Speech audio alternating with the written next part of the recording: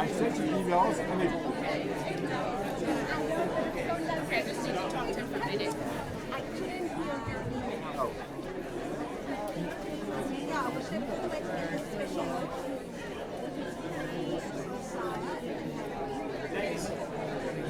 Ladies and gentlemen, welcome to the first live stream of this Pardes Live. This Pardes Live, for people who don't know, is a podcast, a regular podcast, in which my name is David Levencrus, and I'm an instructor at Pardes, in which I have the privilege of interviewing other Pardes faculty, as well as people who are known in the general community, about issues which they found compelling and interesting. It's basically a fireside chat, and that's what we're going to be doing together today. I'm going to be having a chat with each of these three wonderful people on the plenum, and you'll have a chance to eavesdrop on what we're talking about. The theme in terms of Tisha B'Av is simply this. In Europe, and apparently in some places even today, there is a custom to bury the kinot in the geniza at the end of Tisha B'Av, in the hope that we won't be using the kinot again next year. Of course, what happens is that on the 8th of Av of the following year, people then have to go and take it out of the geniza. But nevertheless, there is a minhag like that. And the idea is that we've taken three people today who are all involved in ways in which they believe they are making the world better. And in so doing, hopefully next year we will not be commemorating Tisha B'Av, but celebrating Tisha B'Av due to the different efforts that we have. The format is as follows. First, I will chat to each of these three people. Then panelists will have an opportunity to ask other panelists questions, and then we will give it over to the floor if there's time. So, we're going to start off with Naomi Marmon-Gromit, who is the founder and director of Eden. And I'm going to go into fireside mode. Naomi, I know a little bit about it. My wife is on the board also, and I know other people. But what is Eden, and what was your impetus for founding it? So I'm going to give you a little bit of background. I'm Naomi Marmon-Gromit. I grew up in the States. I went to Brandeis. I became interested in how does Jewish ritual and female ritual, specific ritual, impact on us today, and how do people make meaning of it? And I grew up in a home of a rabbi who was in the Air Force, and I was fairly well versed in Jewish knowledge, but when I got to be the age of 20, I said, I've learned all about Shabbat, I've learned all about Kashrut, but there's one thing that they tell me is very essential in a Jewish home that I know nothing about. Why is it that as a committed woman of 20, I know nothing about the mikvah, and yet I'm presented with it as this is going to be an essential part of your practice and commitment and identity as a woman. And so I began to study it, and I've interviewed thousands of people over the course of 20 plus years. And I heard a lot of stories when I was asking people about their experiences with mikvah. I'll share a few of them with you, and that was really the impetus for founding the Eden Center. Eden's mission is to make mikvah better, more accepting, and really a resource that everybody can access. So some of the stories that I heard, one was a woman who said, I learned all about mikvah, and I was excited, and I went to my Kala classes, and it seemed like an amazing thing that could really invigorate my relationship, that could, give me personal time. And then I went to the mikvah, and I had this woman standing there I was naked, asking me, did you do this, did you do this, did you do this? Great, go in. And that was it. And she kind of stole the beauty right then and there. And since then, I go. I come home. I try to spend as little time as possible, and I just want to get it over with. That was the first sort of mode of story that I heard. Naomi, I'm not 100% sure that everybody listening in knows what mikveh and Taharat HaMishpacha is. I know it's hard to do in like 3 minutes, but maybe if you would just give us some of the mechanics for maybe some of the people here or for some of the people watching on the live stream. Okay, so the mikveh is the ritual immersion bath, which we're commanded to use after, well, it can be used in many different contexts for ritual purity, and historically it has remained something that women do after menstruation. You count during menstruation and then 7 more days afterward. During that time, you're not supposed to engage in intimate relations with your partner, and then you go to the mikveh, and then you can resume regularly. Taharat HaMishpacha is the whole body of laws around that, which includes other things such as sleeping in separate beds in order to refrain from intimacy, perhaps not touching, or if they include not touching, and a lot of other halachot. And over the course of my research, I learned that many people keep these differently, but that's what we call the set of laws. So aside from women telling me about their positive or negative experiences in the mikveh, I also heard that when you go to the mikveh, it's a very vulnerable moment. It's a moment that you're standing in front of somebody else, but it's also you're standing with yourself. This is that time of transition in the month when you haven't been with your partner and you're about to be with your partner again. It's also the time that we're told is the most fertile of the month, where you have the most chance of becoming pregnant. And so for many, many people, these are issues and topics that they're thinking about when they go to the mikveh. Do I want to be pregnant? Do I not want to be pregnant? How is my relationship with my husband or my partner? Do I want to be with them? Or am I a little hesitant? Have we just had a big fight? Where am I holding in life? I spoke to one woman, I asked her about how the mikveh was, and she said, I'm not in a good place right now. Why not? She said, I just had 2 miscarriages. I don't know what will be. So who helped you with that? The only one in the community who knew was the mikveh lady, because she saw me crying. And then there were the women who I asked who were like on the extreme, who said, oh, mikveh, I'm not going to the mikveh if my husband's not helping me out. I'm not going to the mikveh. If you see between child number 6 and number 4, I have a big gap.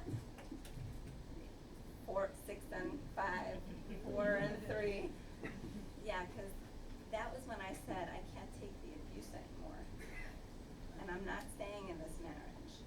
So I didn't go to the mikveh for a long time. And the other extreme of the woman who'd been married for 11 years, who probably comes to some things in Pardes, whose husband teaches sports in the community. I don't want you to think it's the wrong person, but who does all kinds of things. She's very active. And I said, do you enjoy your intimate life? And she said, enjoy? What does that mean? How do you enjoy this? So I told her, but don't you know? She said, this is not something I enjoy. I do it. I go to the mikveh, and then I come home and I do what I have to do. So all of those things led me to feel that perhaps the mikveh is not fulfilling all the things that it could be, and all the beauty that could be, and all that we would want from it. And therefore, Eden was created with the intention of increasing sensitivity and allowing the mikveh to facilitate positive experiences, personally spiritual experiences, meaningful moments where somebody can encounter themselves and God in the context of an ancient tradition. We created Eden with the hope of being allowed in the community to educate about different resources, to connect people to resources about miscarriage, about intimacy, about mikvah in a broader context, and women's health. And we created within Eden the concept that the mikvah in its broader iteration could be a place where we could actually catch suffering, where a woman knew that she could turn to somebody, or somebody else could reach out to her and say, you don't have to be alone. You don't deserve to be alone. And it's our hope that we already have programming on the level of professionals, that we train mikvah ladies to be more sensitive, to understand what abuse is and how they can see it. We have community programming that talks about all the different levels. And we hope in Yerushalayim to be able to create a model of mikvah that really reflects all of these goals. Thank you. And it's funny that, you've gotten very involved in this, and yet it's also at the same time become like a really hot button topic. When I open the newspaper, whether it's about conversion or something else, I keep on reading about mikvah. Why do you think it is that it's become such a hot topic that I read about in the paper? So mikvah is that intersection between the personal and the political. You gotta put your tape in. You couldn't hear? So he asked me, why is it such a hot button topic now? And it's in the paper all the time. So I really think that it's a vulnerable moment, but it's the intersection of the personal and the political. Who am I? What do I want? How do I see this within my religious life? And it's very much a question of whose autonomy is going to be, to win out here.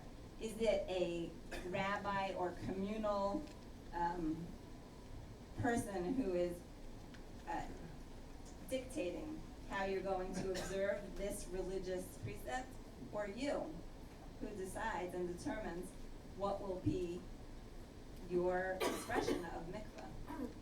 Yes, I can see why that would be a hot button, because so much of the tension that we have at the moment is the whole tension between individual, what the community wants, what the system thinks I should do.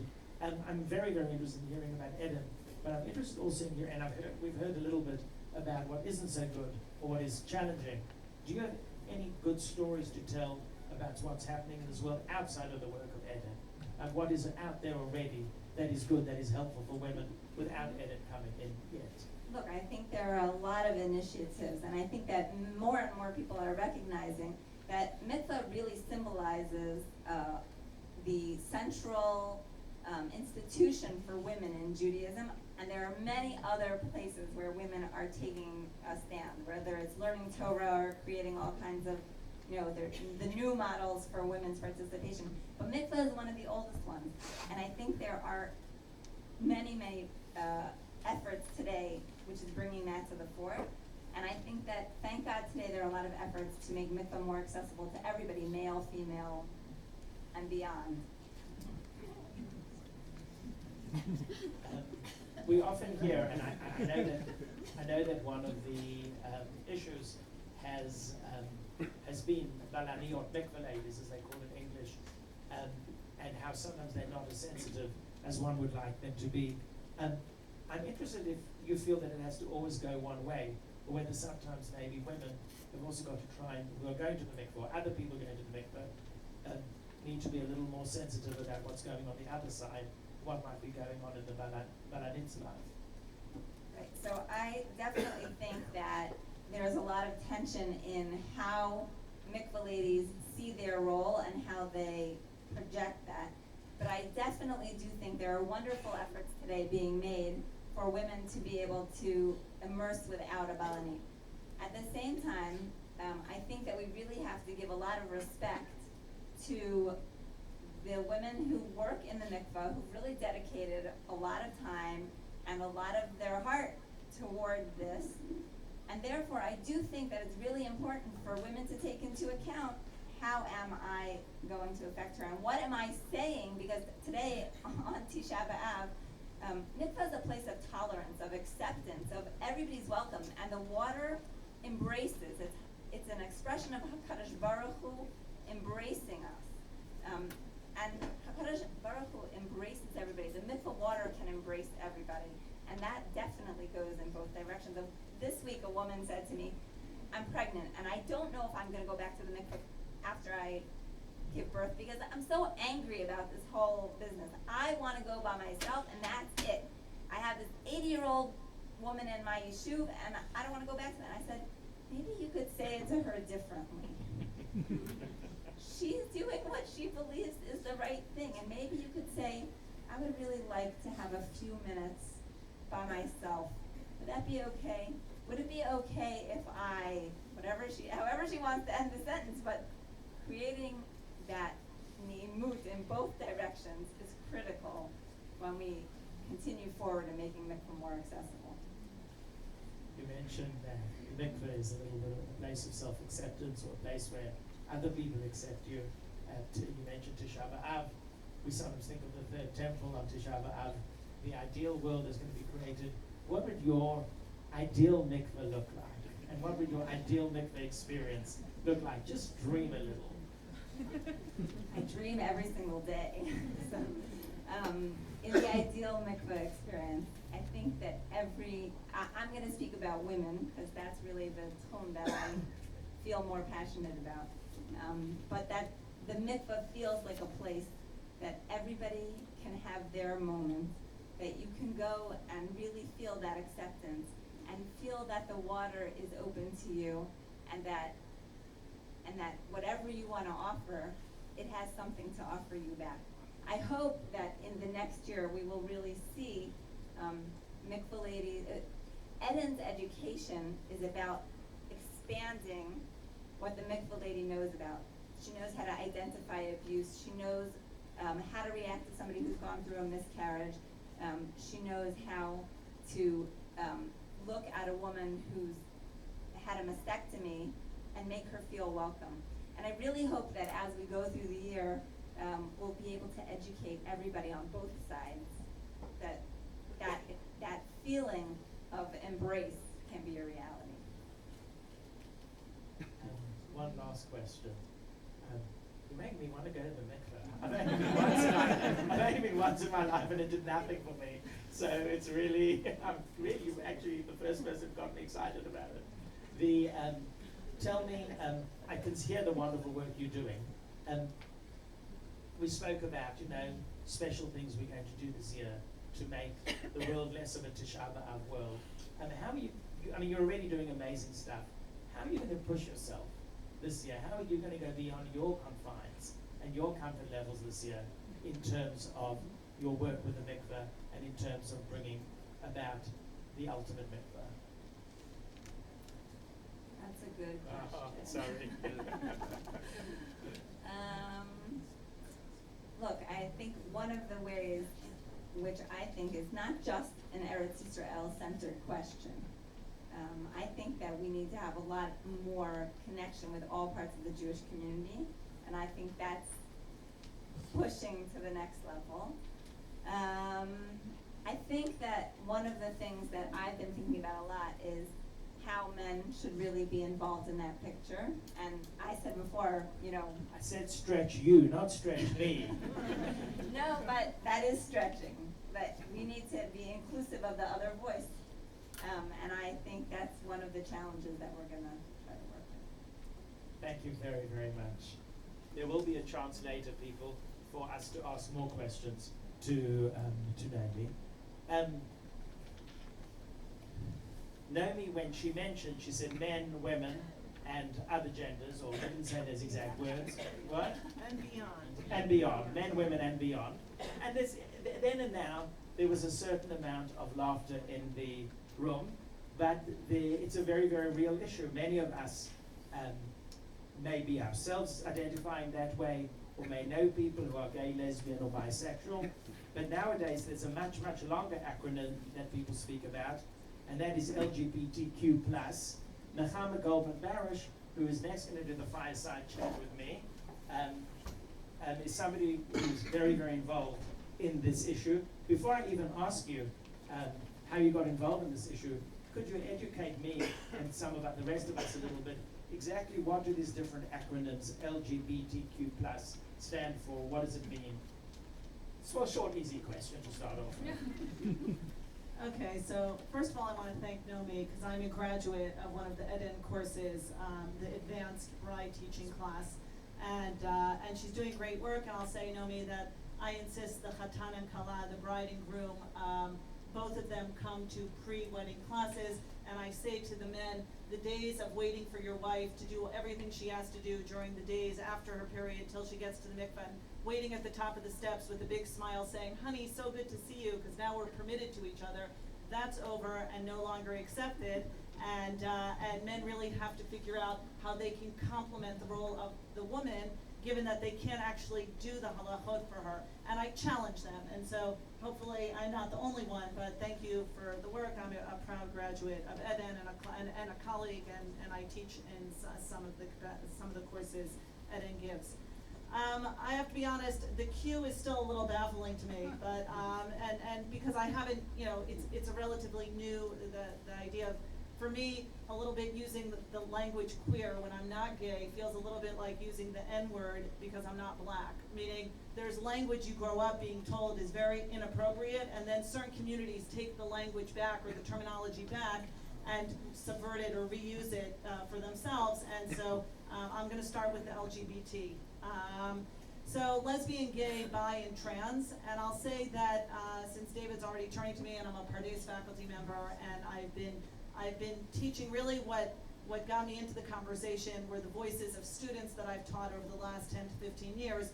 Obviously lesbian and gay refers to both gay men and women, but largely with LGB, we're talking about gay women, gay men, that's the acronym. And then bi are people who are bisexual, who on the spectrum are attracted to both genders. T is trans, and what's fascinating about trans, and what really is creating a lot of awareness, and in America, the conversation about bathrooms, and what bathrooms people whose gender does not match their biology should use. Huge question. We here have gender neutral bathrooms to address that issue. But trans has become interesting because this summer I have a wonderful student who identifies as gender fluid. So normally, when we normally think of transgender or transsexual, are people who don't identify with the gender they were born into. And so I've met actually even young children like this, but certainly adults who were born female, but from a very young age, sometimes as early as 4 or 5 years old, feel that they're in the wrong gender, sometimes even earlier. And I've heard the stories of even at 2 years old, children already correcting their parents. Really feel that they've been born into the wrong gender, or someone born biologically male who feels like a female from a very young age, and really the conflict and the challenge and the suffering until they're able to acknowledge or express or have that validated. I have not really a colleague, but a woman I met in Sweden, a psychiatrist, who's the head of the transsexual unit in the hospital, whatever main hospital in Stockholm. And they have, I think, over 200 men and women waiting for sexual reassignment surgery. So every so often I check in with her to ask my questions. What a Pardes student this summer exposed the faculty to is this idea that, okay, maybe we've gotten used to the idea of transgender, I feel like I'm in the wrong gender, but gender fluid, this idea that I'm not sure what gender I am, that really blows the binary out of the water. And I'll talk a little bit about how Judaism is really going to have to struggle, because Judaism is a very binary religion, as many religions are. And what do we do if you don't define yourself as male or female, or if you're no longer male or no longer female? And so, again, I'm far from being the expert on all issues having to do with transgender, or transsexual, but it does fit on the spectrum of gender fluidity and sometimes choosing the opposite gender. And from what I understand, queer is just I think it's I don't want to answer because I'm not going to give the right answer. I didn't look up properly how to define that. Okay. Just want to say, I've heard the Q means Question. Correct. Question. Questioning. Okay. But I think when they refer to it, they do use queer, but queer is questioning which fluidity or which gender, which sexuality. Okay, thank you. So you said that you got into it because of students, but I'm interested. Lots of students come with lots of different issues to teachers, and for you it's just become like somewhat of a passion. I'm interested in that on a personal level. What attracted you to be interested in this issue, rather than other issues that students might come up with that have to do with different things in their lives? Okay, so I think my earliest memory, I was trying to figure out where it started, because I don't have any gay family members, and so it didn't, or trans That you family know of. members that I know of, right?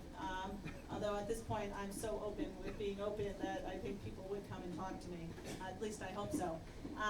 So it didn't start from a place within the family, but I remember in the 80s, and so I'm already dating myself, but going back about 30 years, reading an article of a rabbi who the AIDS virus was beginning to really smite the gay community, the gay male community, and rabbis writing kind of treatises saying this is God's wrath being unleashed on Sodom and Amorah, and feeling, wait a minute, that's not my God, and that's not my religion, and that's not how I look at it, and that was even before I got into this conversation. So I think, before I personally became part of this conversation. And I think over the years, being open to listen to, gathering stories, you know, the YU student who had gone to a prominent Hesder yeshiva, was a prominent YU student who came out as gay also in the late 80s, and kind of the shocked silence and the burying of the story, and no one would even mention his name. The truth is, it took me about 15 years to figure out who it was, because no one would actually say the name. They would just refer to the story as if you knew, you knew, but if you didn't, we're not going to tell you who it is.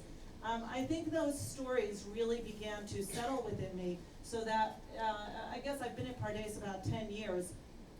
When I began to have students who began to come and talk to me about some of the challenges about being gay and religious, or gay and Jewish, I was ready to hear them. And when Beit Hillel, I belong to a rabbinic organization called Beit Hillel, and I looked back in my email 4 years ago. It took 4 years for them to put out a position paper. I mean, that's how sensitive they understood the topic was. But already when Beit Hillel began examining the issue, and the fact that there were 3 or 4, I think at that point already, 4 religious gay organizations, and every yeshiva was, you know, having to confront the fact that they had gay students. And so Beit Hillel said, well, where are we going to be and what are we going to do? It was clear that I was on the left of the spectrum, meaning I was already in a place where I was empathetic, I was sympathetic, I have a tremendous respect for the halachic system, and in the last 4 years gained even more, so I understood its limitations, and that religion has limitations as well. On the other hand, my definition of where the slippery slope was, and you'll ask me the next question and I'll get to that, is very different than I think other people's definition of slippery slope. And so in the conversations, I was always, I would be the one to say, okay, I know there's a prohibition, but okay, so what? What's the next piece in the conversation? And so I also think you saw in the email exchanges the difference between rabbinic leaders and educators who had gay students or family members, and those who was all theoretical. And so really they were just kind of reading from the text what they were supposed to say without really feeling. So you almost asked yourself the next question. So I'm sort of interested in two scenarios in a way. One is if you're speaking to a parent or to a LGBTQ student, what might happen in that conversation? And I'm interested, almost like in the comics when they do the backdrop, what is going on in your head? Leviticus 18:22 exists. It's a prohibition in the Torah. I'm interested in, on the one hand, what you're saying, and on the other hand, what's going on in your head as a Jew who defines himself as observant, maybe Orthodox, certainly part of a system in which certain homosexual behavior is prohibited d'oraita, other is rabbinically prohibited, and lesbian sex is frowned upon at the least. Oh, okay, so David, you've given me the opening I was trying to figure out how to open up with. I will say, I have so much to say, and you're going to have to give me my 1 minute. It's all right, it's all right. I will say that it was a little jarring. I grew up with this idea that male homosexuality, wow, that's like abomination, super prohibited, and so on. But lesbian relations, well, it's frowned upon. And the truth is, if you open up the halachic literature, it's pretty much prohibited, meaning, and quite definitively, and rabbinically, okay, and we like to distinguish between rabbinic and biblical, although we frown on both. And I thought it was interesting. It seemed to me to reflect a kind of homophobia towards male homosexual relations, and somewhat of a tolerance, a shrug towards female lesbian relations, that the patriarchal society is kind of like, okay, we're willing to put up with this and absolutely not put up with that. even though, again, both are prohibited, and we don't normally go around saying rabbinic prohibitions are okay. And so I think it's interesting that that religious conversation often is almost dismissive of the prohibition of lesbians, as if, well, that's not really a big deal, and women are very affectionate and touching anyway, and so that's okay. And male homosexual, a particular type of male homosexual relations are very prohibited. And so, you know, I think religion as a whole has a very hard time with homosexuality because it goes against a lot of what they, you know, the whole procreation thing and the binary and the family that they believe needs to be created.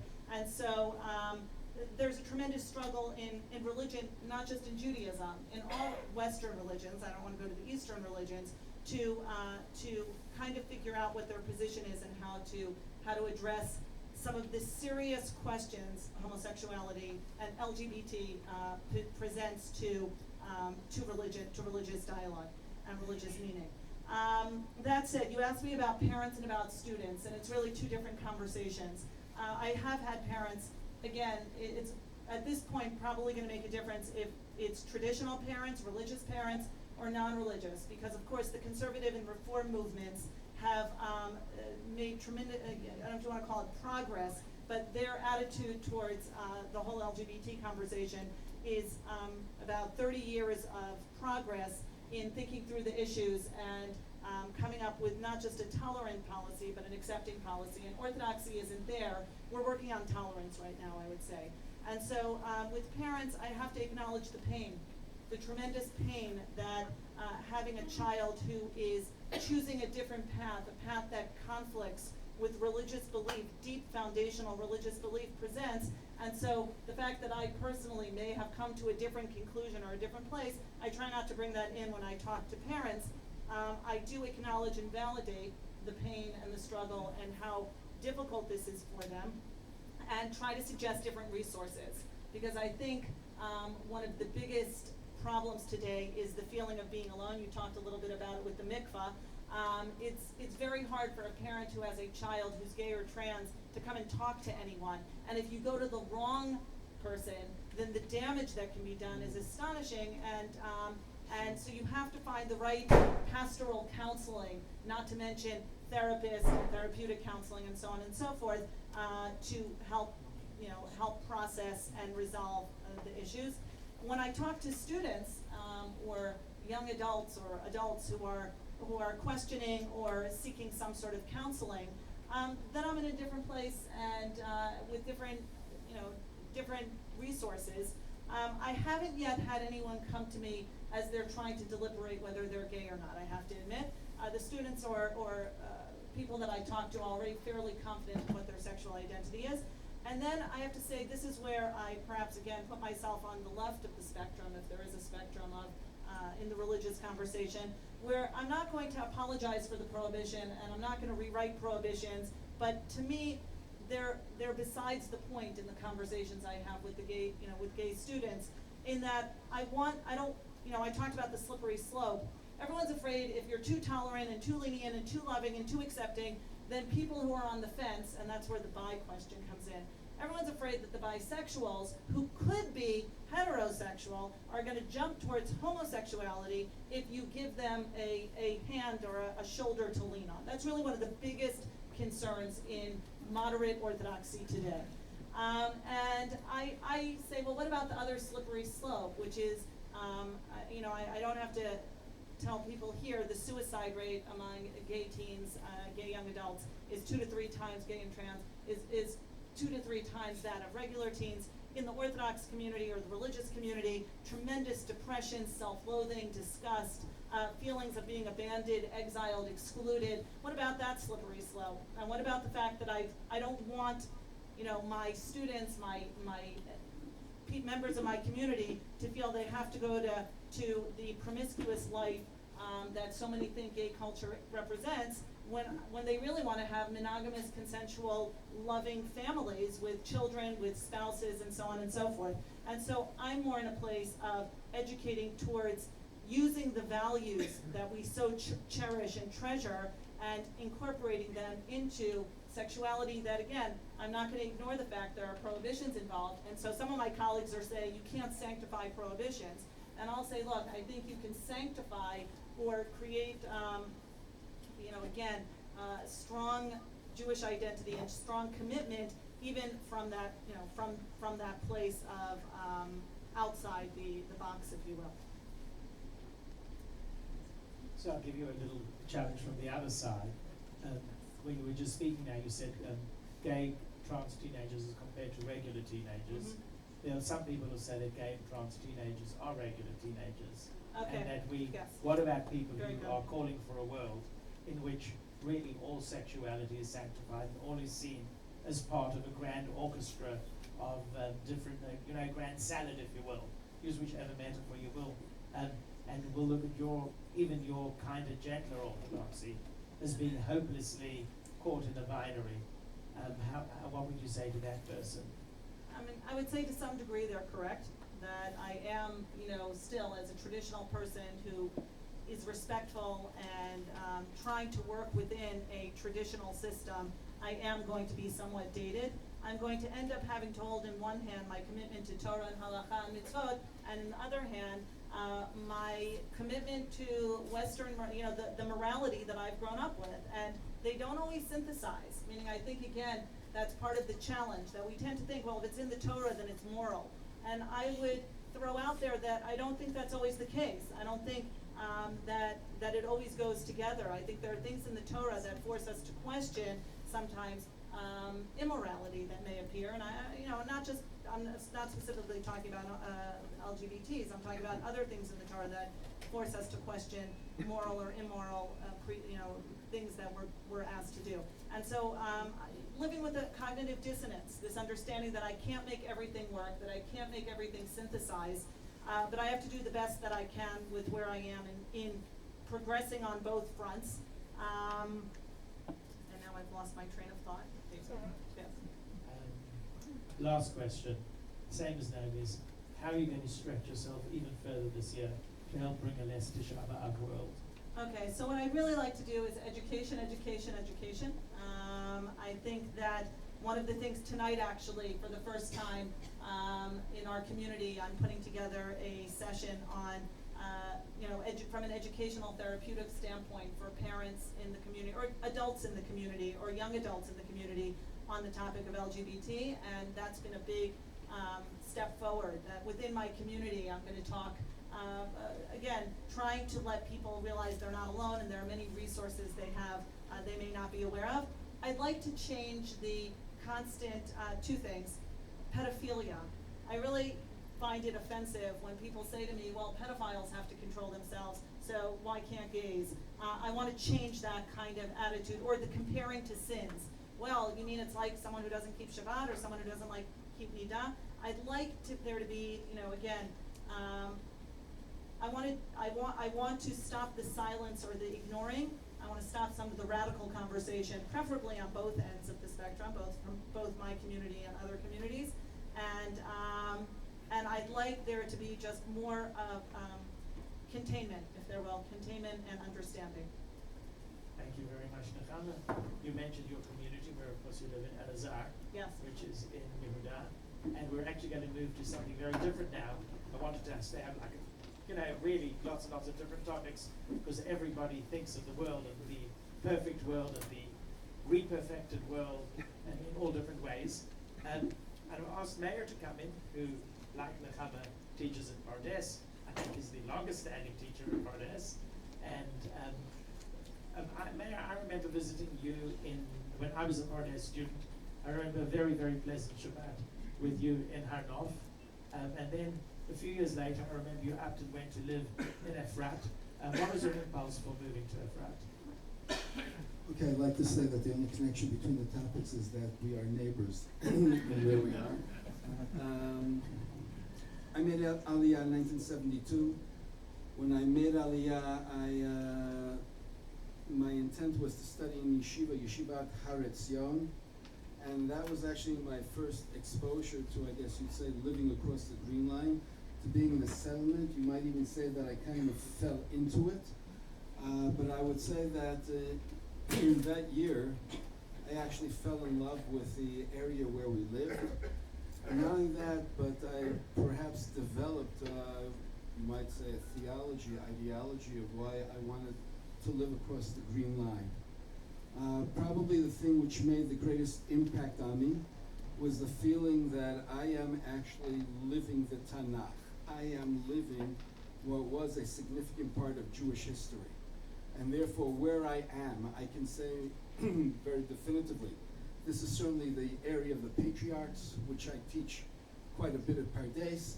This is not only the area of the patriarchs, this is where Jews were living in terms of the First Temple period, okay, and during the Second Temple period, and that the feeling that I am now part of that historical continuity was something that was actually very, very special to me.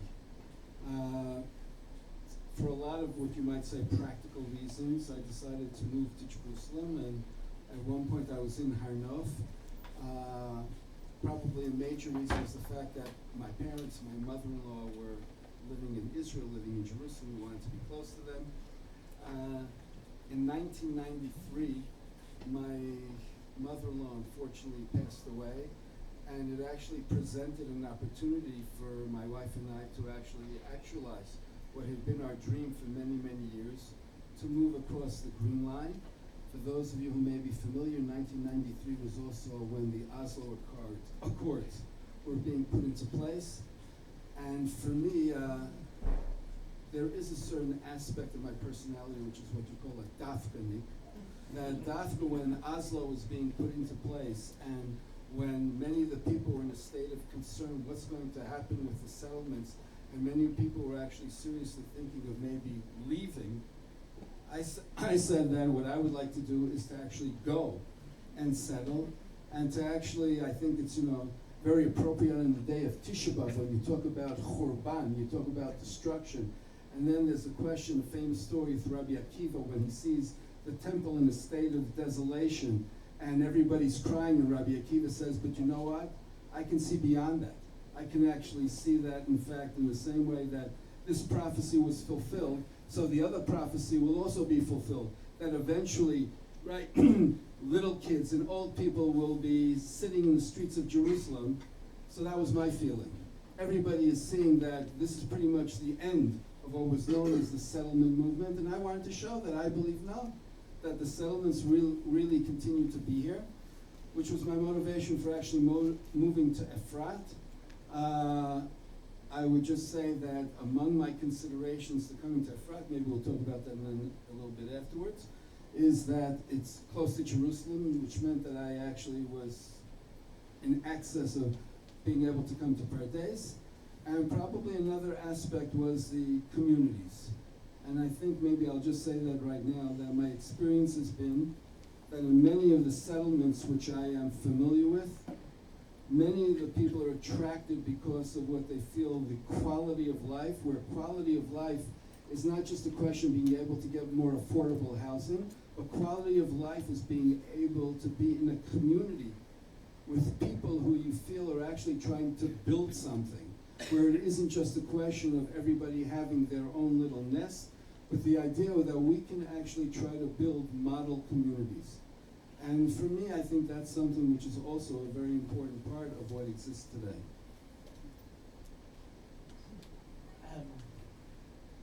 You speak about model communities, but very, very often these communities have entrance requirements, or socioeconomically are only open to certain people, or certain of the difficult challenges of the cities are not available here.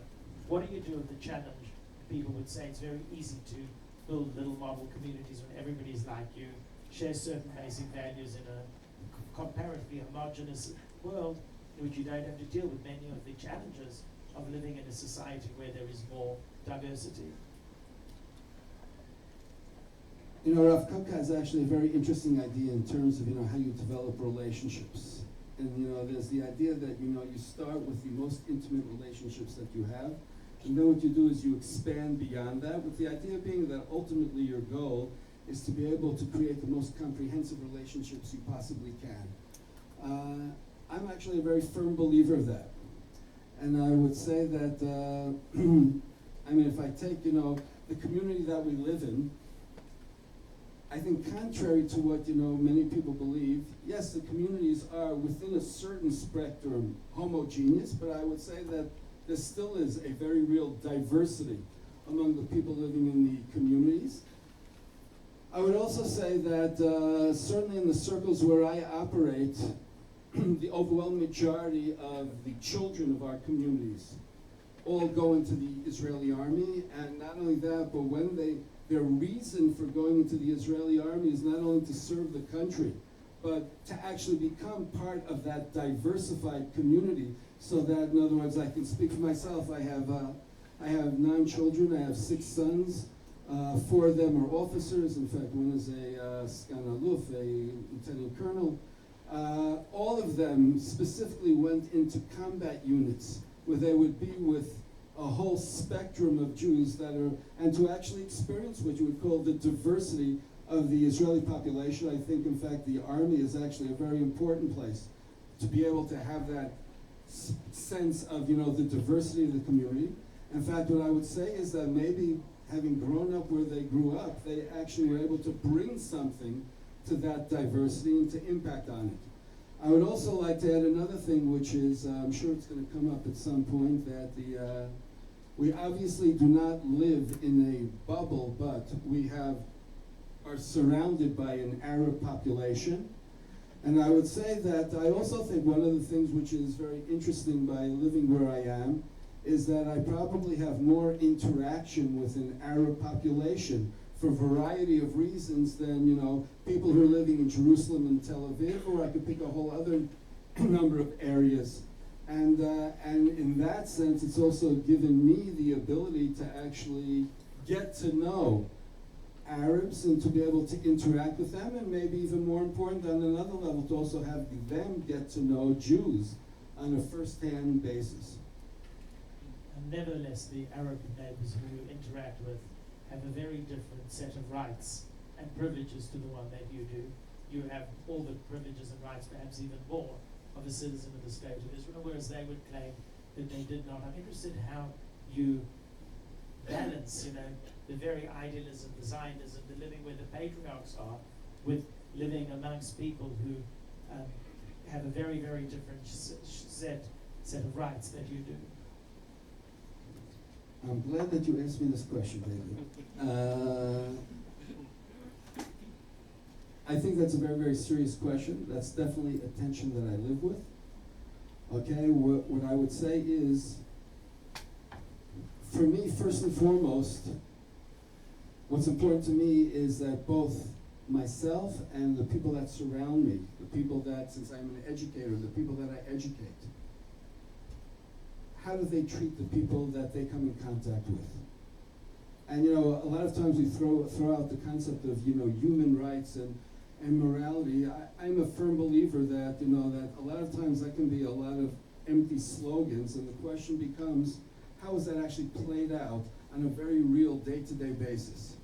Okay, I had when I moved to my most recent apartment in Efrat, we were doing renovations. I had an Arab builder who was from Hebron who did the renovations for me.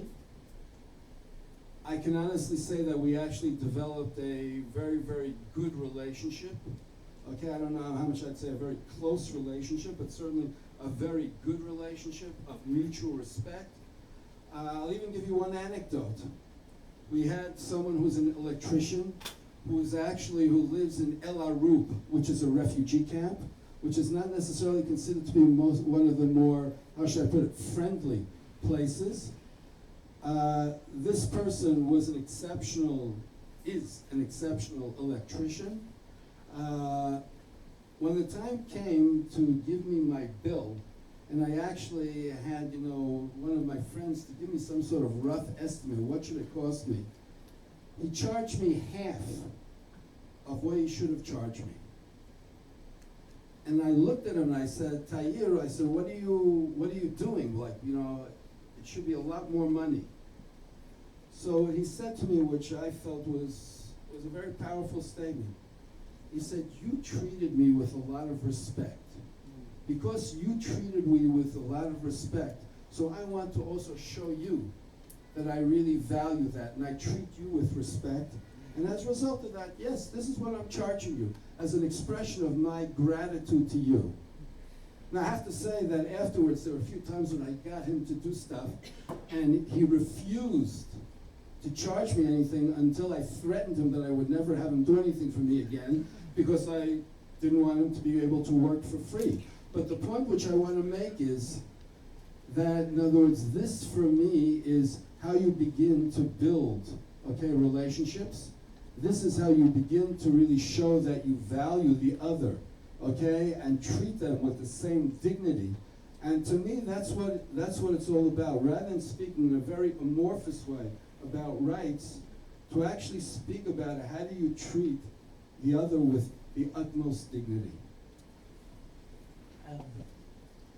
There are people who say that the time of the two-state solution, which is the best solution for Israel and the Palestinians, is running out, and that, you know, with all due respect to your nice stories, that in reality, putting more money into the settlements is a waste of Israeli money, and building the settlements is preventing a negotiated settlement.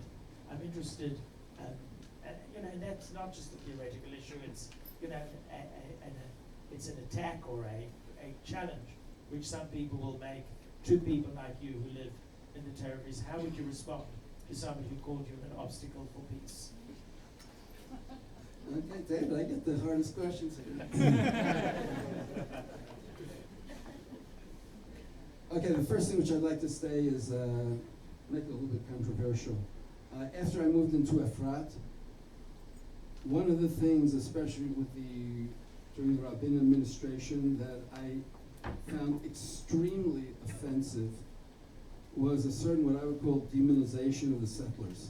In fact, what I would say is that I always tell people, I always found it a joke, maybe a very sick joke, that Yasser Arafat was given the Nobel Peace Prize and was considered to be the person who was promoting, right, coexistence, whereas I, Mayor Schweiger, am considered to be the obstacle to peace. I, Mayor Schweiger, who when I moved into Efrat, my wife forced me to buy a gun because she said, you know, you have to have something, God forbid, and unfortunately, it was the reality for a number of years where you travel on the roads and you have shootings and everything, still is today with stabbings, where you at least have to be able to protect yourself.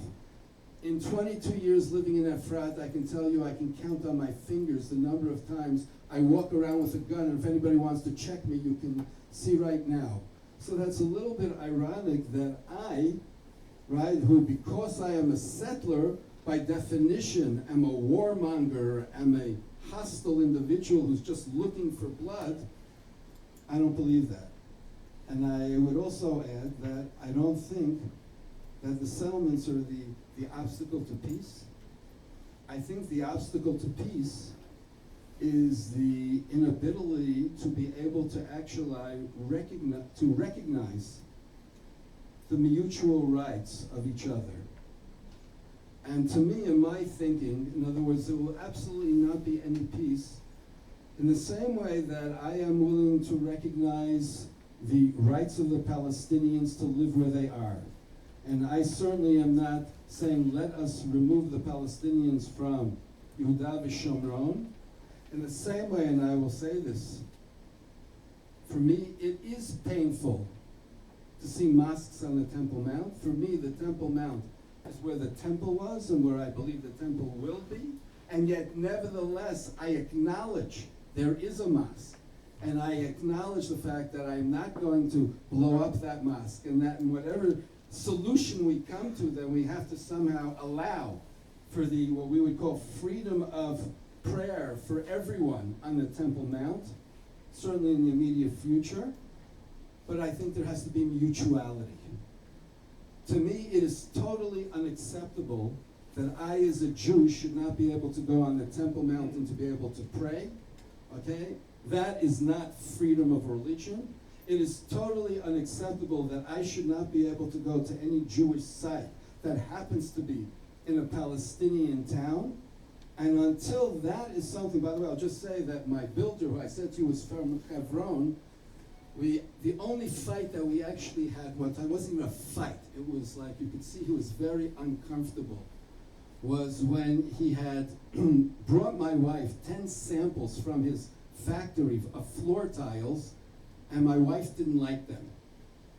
So I had to convince him that this is just a question of taste. There's nothing more to it than that, and that what can we do? Everybody has their own taste. You know, it's not personal.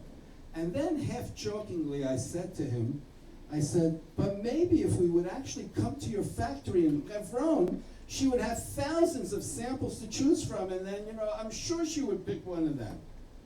And that was the only time when he actually got very, very serious, and he said to me, I wish you could. But he said, I can't guarantee your safety. And then he went into a whole discussion where he said, you know, 25 years ago, I can actually go through all of Efrat, and not only Efrat, but Alon Shvut and certain other communities in this area, and I can show you all the buildings that I built. And he said, 25 years ago, I was able to go freely into every Jewish community, and you Jews could come freely to my house, and I had loads of Israelis who would come to visit me. But that's not the reality now. And that's something which is sad. Sad for you and sad for me. And so what I'm saying is that, in other words, there has to become a situation where there is that mutuality. And what I would add is that, in other words, for me, rather than the settlements being an obstacle to peace, the settlements can actually become a bridgehead for coexistence.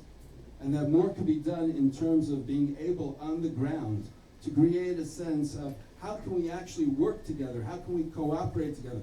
For those people who are not familiar with, in my area in Gush Etzion, so we have a Rami Levi supermarket, which is probably in certain ways a model of coexistence, where not only do you have Jews and Arabs who are working together, but Jews and Arabs who shop together, okay, and where on principle Rami Levi was actually insistent that he wanted that to be, and I think it actually can become a model of how, rather than constantly being afraid of each other, how can we actually interact with each other? Thank you, Mayor. We're now going to take questions from the panelists and from the floor. And then what we'll do is we'll take a few questions, and then each person will answer the questions that are sent. And then one question that I have for both Nechama and Mayor is whether saying that you live in tension is really a cop-out, whether saying you live in a tension between Arab rights and your rights, that's a tension is really a cop-out for not dealing, and similarly for Nechama, whether saying you live in a tension between your liberal humanistic rights and your halakhic rights is just not a cop-out for pushing one of them as far as you can. So that's my question. Naomi, what questions do you have for the other panelists?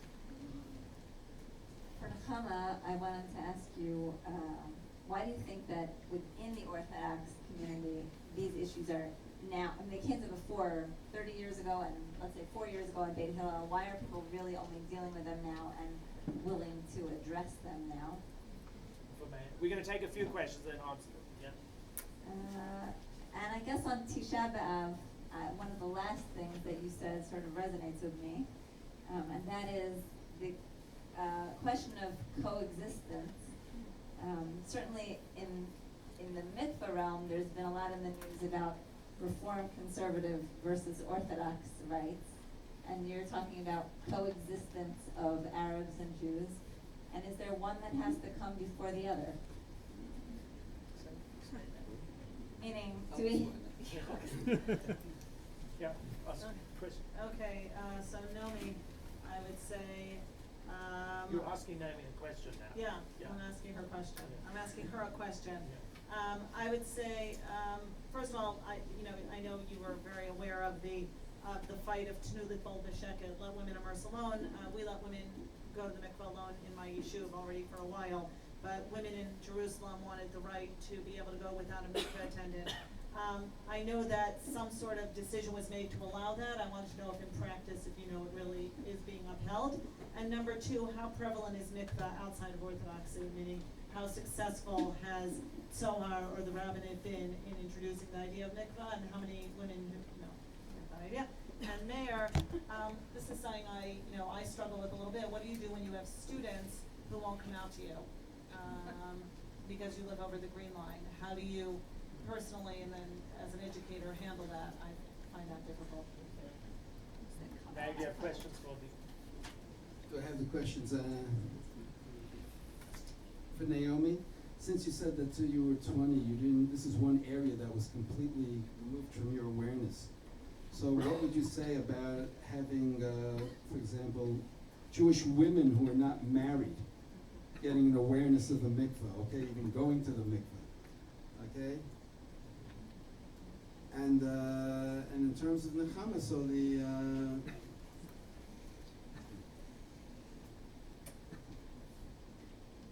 how Say far- it. What? Just say it. Just say it.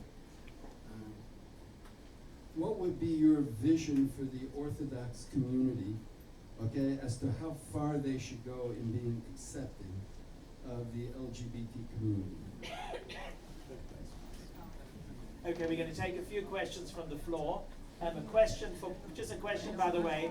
A question is not your opinion, at which at the end you raise your voice, as if you're asking a question.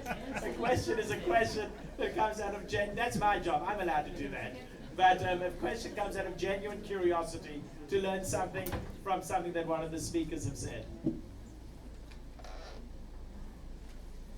This question could be for anybody, but as a lover of the Torah and the Talmud, and it has been my experience that it is the mission of Jewish people to understand and interpret the Torah to create a very beautiful halachic system. So I just wonder, with regard to the issue of people who are LGBT or many other issues in the Torah that could be found offensive to Western sensibilities, why we don't see it as our mission to interpret things in the spirit of the Talmud and change them. Like, I don't know, I'm just gonna give an example so you know what I'm talking about. Like writing Ben Sora Mora out of existence, or Heter Iska, or like 100 million other things. Is that not the spirit of Judaism? Are we afraid because we wrote the Talmud down? How would you address that? Answer these questions, David, before you go out. We're writing that down. Naomi, you had mentioned, you touched on the controversy with Orthodox conservative reform as far as mikveh. Is there some sort of hope that you have of whether it's creating additional mikvahot for use for the Jewish people without question to what movement they're in? That's A, and then B, are you hopeful that the rather than the rabbinate having control of mikveh, that maybe the Jewish people can have control of the mikveh? Yep, I'll take that. Just stand up and say it loudly. So this is also from Naomi. You need to put a recorder. I wanted to know if there are actually specific guidelines today for the people that are running the mikvahs, for the mikvah ladies, because it goes far beyond what many people perceive as extremely patronizing and destroys their experience of just seeing whether her head goes underneath the water or not, and how, according to the Torah, it's okay for a husband to trust her, but suddenly the mikvah lady doesn't have to trust her. I don't really get that. But it goes beyond that, and in terms of like, my own wife has commented of the fact that the mikvah lady is staring at her long before she even goes into the mikvah, which is far beyond the bounds of where she needs to be. And I'd just like to know, are there guidelines actually in place for these people? Who are these people that are actually there? Do they receive any sort of guidelines whatsoever? And at what point is it actually defined that they've crossed the line and something is inappropriate and it's worthwhile for somebody to actually complain about it? And at what point is it within the realms of what they're supposed to do? Right. Naomi?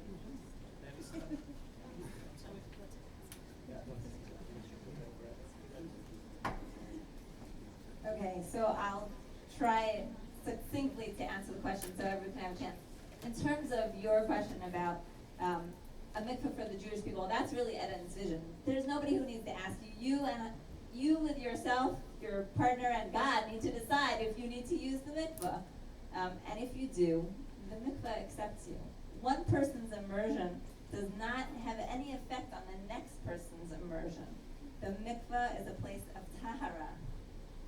And And if somebody enters the mikvah, that does not in any way, shape, or form affect the next person. And therefore, that is completely the vision, that mikvah should be a place where we don't ask anybody, are you single, married, divorced, gay, lesbian, it doesn't matter what, the mikvah is there for all of us. And it's a shame that what has essentially taken place in Israel is the politics of who controls the mikvah has obviated that reality. I think there are many people today who understand that we need to work toward a vision that way. In terms of who gives the guidelines, so today, that's largely a question of what Moetzah Dati, what religious council is in charge, how they see it, what their outlook is, meaning in Gush Etzion, the religious council understands the needs of the local residents as much more open, and therefore in Elazar, women can already immerse alone without a mikvah lady because the head of the religious council says, okay, the halacha sees that as a possibility, and therefore that's fine.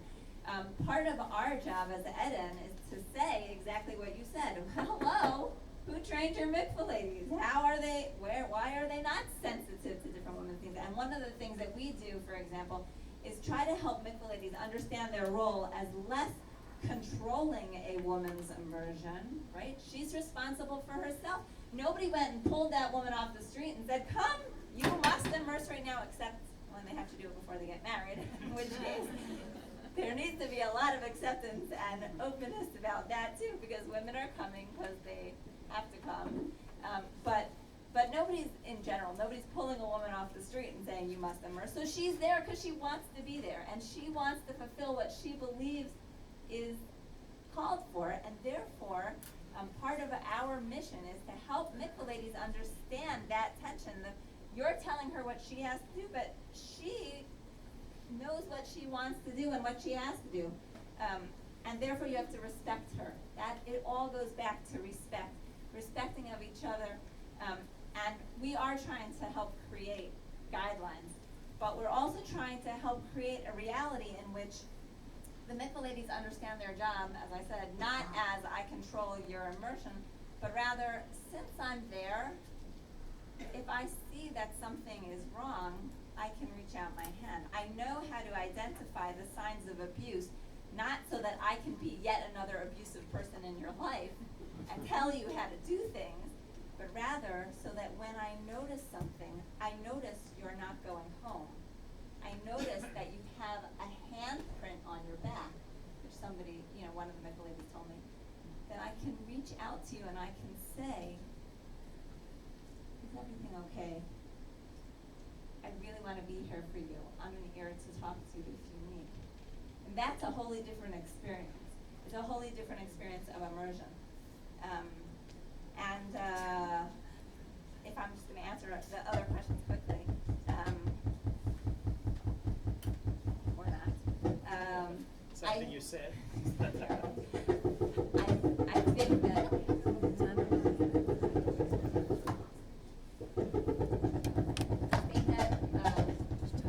there should definitely be awareness. He really doesn't like that.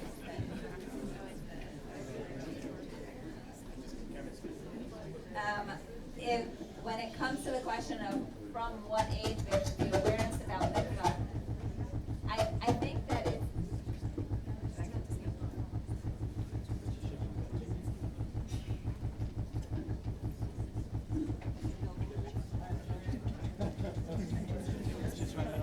Wait 1 second. Speak without. Speaking without, turn it off. okay. So I think The Mashiach came today. It's Tisha B'Av. Baruch Hashem. I think that one of the areas which we have lost a lot of tradition, we don't always respect the Sephardi traditions as much as we prefer the Ashkenazi traditions in Israeli society in general. I'll be careful about saying that, but what I want to bring up in this particular context is that one of the traditions that has unfortunately been mainly lost in Israel is that in the Sephardi tradition, women used to bring their children to the mikveh. That was normal. When women in Morocco went a few days, and they went to the nearest lake and dipped, they would take their daughters with them, both to know what they were doing and also to be their mikveh lady. And in Ethiopia, everybody saw that this was the tradition. And therefore, in answer to the question, I really think we need to go back to letting people know at an earlier age and making it part of our life events, that we don't just find out about our periods when we get our periods, but we talk about that before, and that even from that stage, this is something that you know is part of your life and your religious expression, and that mikvah's brought in. Okay, so just to add on, at one of the classes I took, I had a Moroccan woman about my age who remembers her aunts and mother giggling over the mikvah at a young age, like that kind of community of women, that conversation. And that was very powerful for her as a young girl to know, on one hand, she didn't quite understand what they were talking about, but she knew it was around intimacy in the mikvah, and so she grew up, and I think you're right, Naomi, I'm saying that. Is this working? It's working now, Oh, yes. okay. You asked me why now. If you watch a movie called Trembling Before God, which I believe came out in 2001, the difference between what went on, I mean, that was a big deal when that movie came out. But in terms of critical mass, there weren't a lot of people self-identifying as Orthodox and gay. Largely, they were leaving Orthodoxy. And so I think in the last 15 years, what's happened, at least in Israel, and again, I know ASHEL is doing tremendous work in America, so I know there are facts on the ground there as well. But there are at least 4, if I'm not mistaken, 5 Orthodox organizations that are working with lesbian, gay, bis, and trans, and that says it all. I mean, I'll just quote Nadav Schwartz, who started Shoval. He said, look, we don't need you, meaning we've created our communities without you. It is not an oxymoron to be religious and gay, and we are creating communities and synagogues and family structures.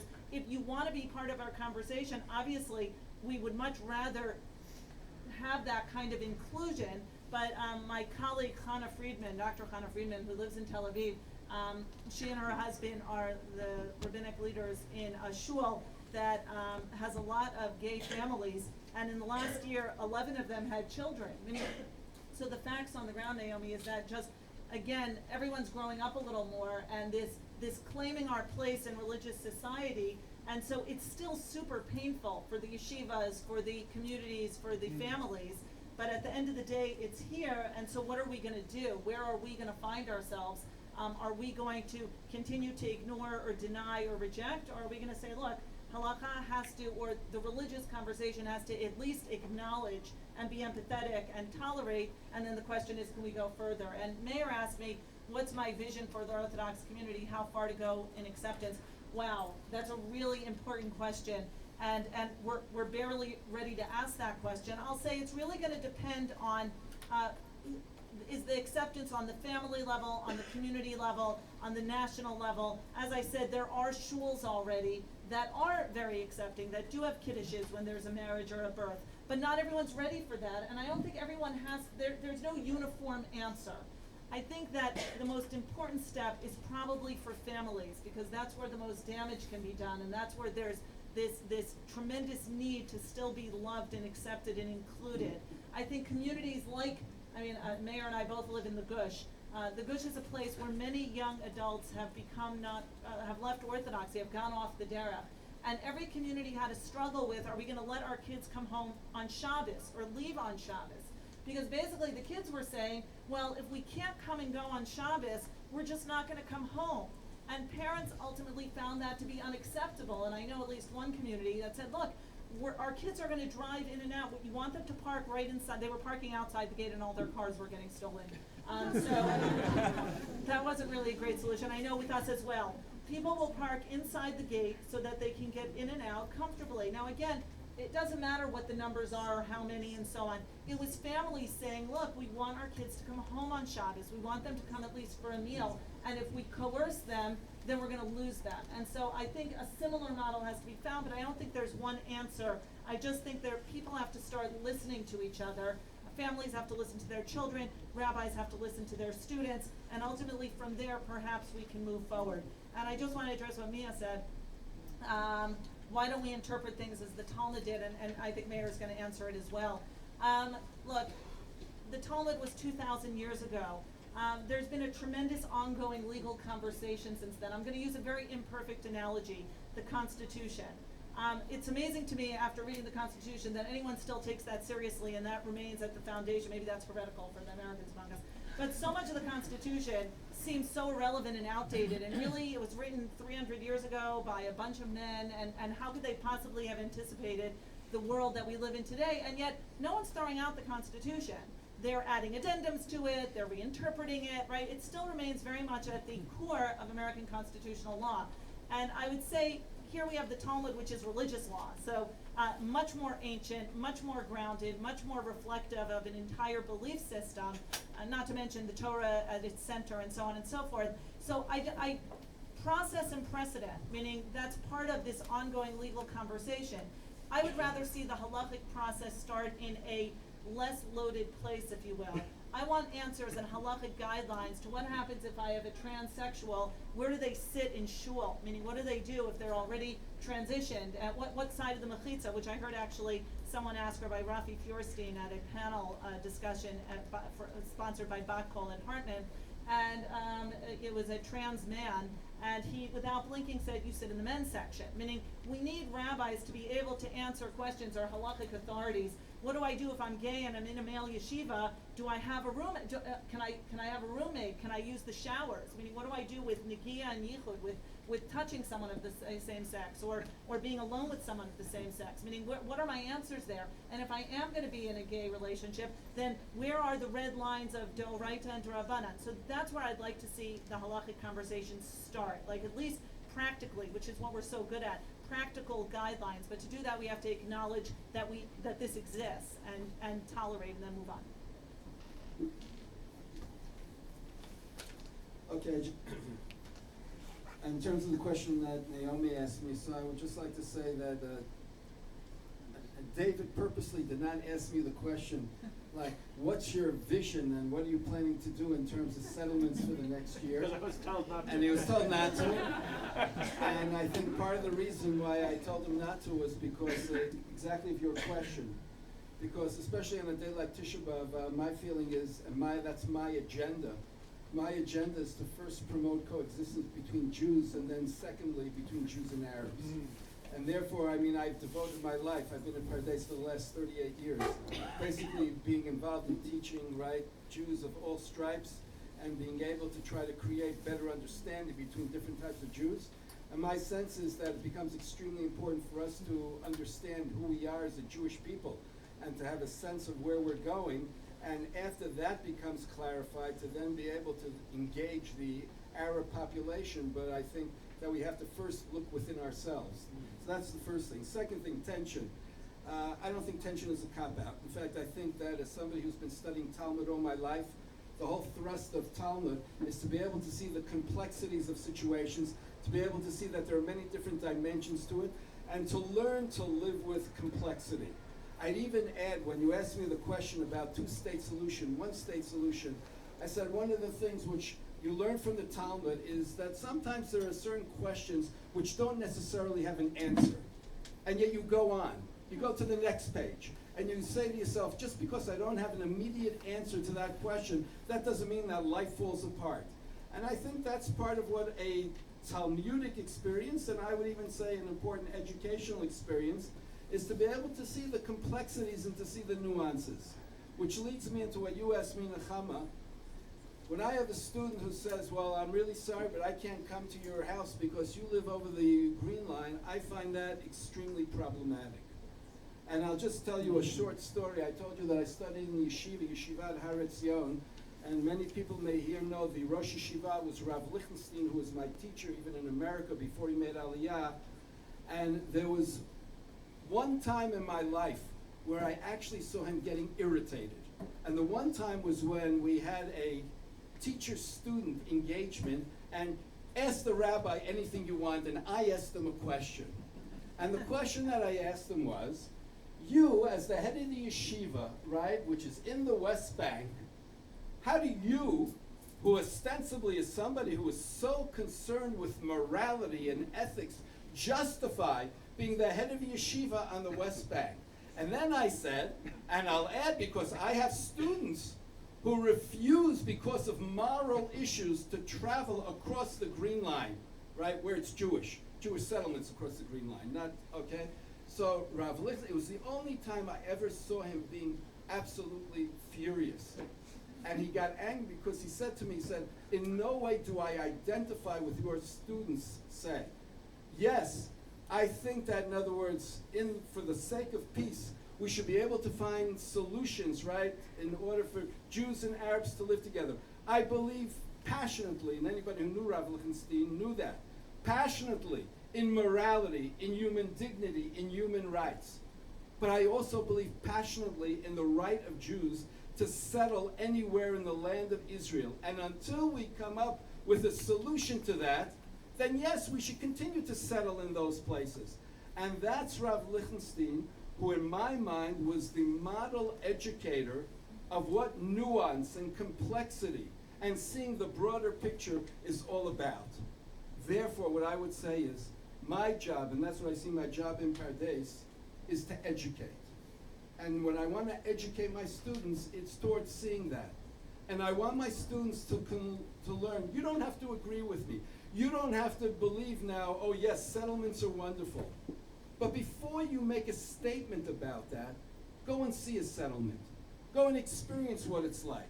Go and learn about it, which doesn't mean that you just go to a settlement. Go to Arab towns, go wherever you want, but get to see the whole picture. But for a student to say a priori, no, I will not go there, then it means that you are basically putting on a pedestal ignorance and intolerance. And that's something which I cannot accept as an educator. The last thing which I want to say in terms of the question of halachic change is that halakha is a system, and I think you spoke about the American judicial system, but I think any type of legal system, by definition, is conservative with a little c. And the assumption was that whoever set up the system, if it's really a substantial system, there was logic to it. There is some truth to it. And as a result of that, the question becomes, and not only that, especially if you're talking about the Jewish legal system, the Jewish legal system is, depending on how you want to count, but in other words, is something that's existed for thousands of years, which means that there is truth to it. Now, its strength is that, yes, it evolves, it changes. That's the essence of what Torah Sheba'al Peh, what the oral law. That's why there's an oral law in addition to a written law. But change is something which doesn't happen overnight. And we live in a reality where everything is now. We're the now I shouldn't say speak about me, because I'm already old, okay? But the millennials, they are the now generation. We want things now. We want everything to change now. But that's something which is very, very unhealthy. That's something which is very, very unstable. If people want to make changes that are going to be sustained, that's something that has to be evolutionary. It has to happen over a period of time. That's why what Nechemia said, which I agree with, is that let's start dealing with the things that are maybe the easier issues to deal with, and let's try to get that become integrated into the system. Once that becomes integrated, then it will be a natural and an evolutionary part of an evolutionary process to move on to the next issue. But people have to be able to have patience. And for those of you who have been living in Israel, savlanut is a central word, and it's very Jewish. On that note, I would say maybe that's not only savlanut, but sovlanut is the theme of Tisha B'Av.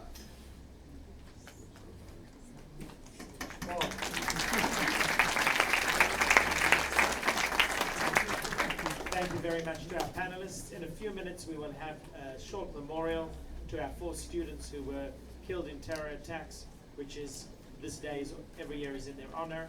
And then there will be the movie with Rabbi Nathan Lopez Cardoza and a chance to ask Rabbi Cardozo some questions after. So we'll have a little break now, and then the memorial. Yeah, all in here.